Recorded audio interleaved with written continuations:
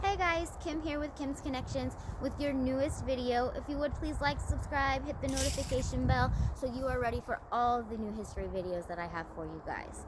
So, what are we going to talk about today?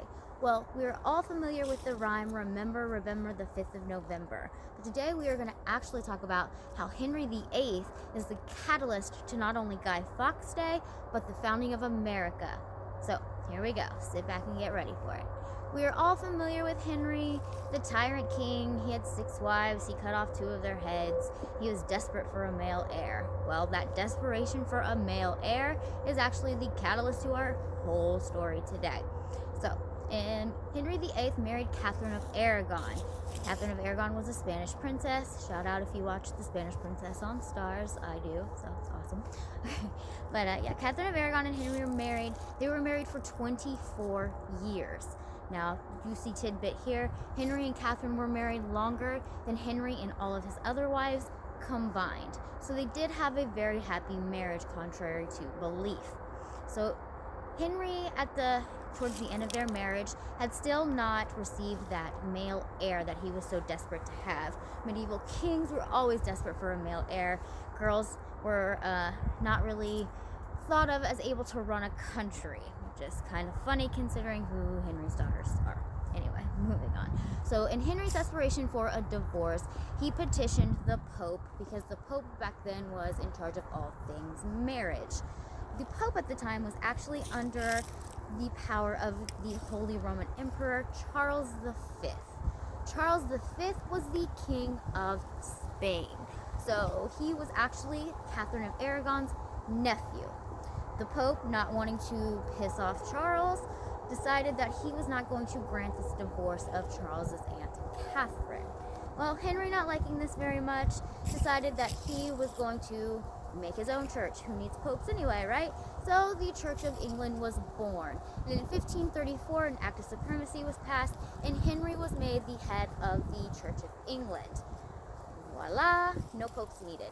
So, what does this have to do with anything? Well, not everybody was quick to accept Henry as the head of the church. England had been Catholic for many, many years. So they weren't ready to just be like, oh, okay, bye, Pope. So this led to a lot of division that never was really settled. By the time Henry's daughter Elizabeth came to power, she had been raised Protestant. She decided that she wanted to declare England Protestant and continued with the Church of England, herself being the head of it, like her father was before. Well, this did not sit well with the Pope. The Pope decided to excommunicate Elizabeth and basically placing a target on her back for all Catholics to be able to murder her, as she was a pretender Protestant queen. Well, this did not sit well with Elizabeth. She decided to go on the offensive, and she had her men start searching known Catholic houses for priests, and just began her persecution back of Catholics. She at first was slow to do this because she didn't want to have a reputation like her sister, who was just straight out for the persecution. But the Pope basically put a target on her back. She didn't feel that she had a choice. So, how does this have anything to do with Guy Fawkes? Well, Guy Fawkes was one of the Catholics who felt persecuted by Elizabeth. When King James inherited the throne after Elizabeth's death, he continued with her laws of going after Catholics because he himself was also Protestant. So Guy Fawkes and his crew felt like they were being persecuted by this new king, and they were going to blow up Parliament. So going back to Henry VIII, he was the catalyst of the Catholic plot to blow up Parliament. Obviously, Guy Fawkes was caught. He was tortured, gave up his conspirators. They were all given a traitor's death, drawn, quartered, hanged, all that good stuff.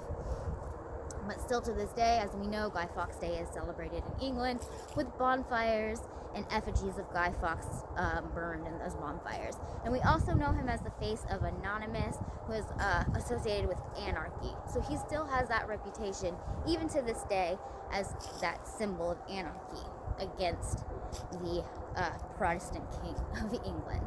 So, moving on, you're kind of wondering now, well, what does this have to do with America?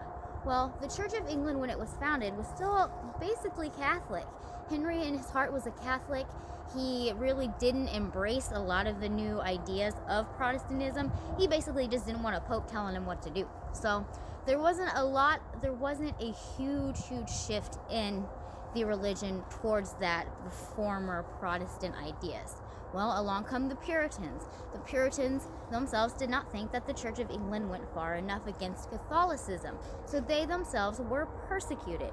They didn't conform, they were persecuted. They decided, well, we can either conform or we can jump on this ship called the Mayflower and head to Plymouth and found our own colony in America.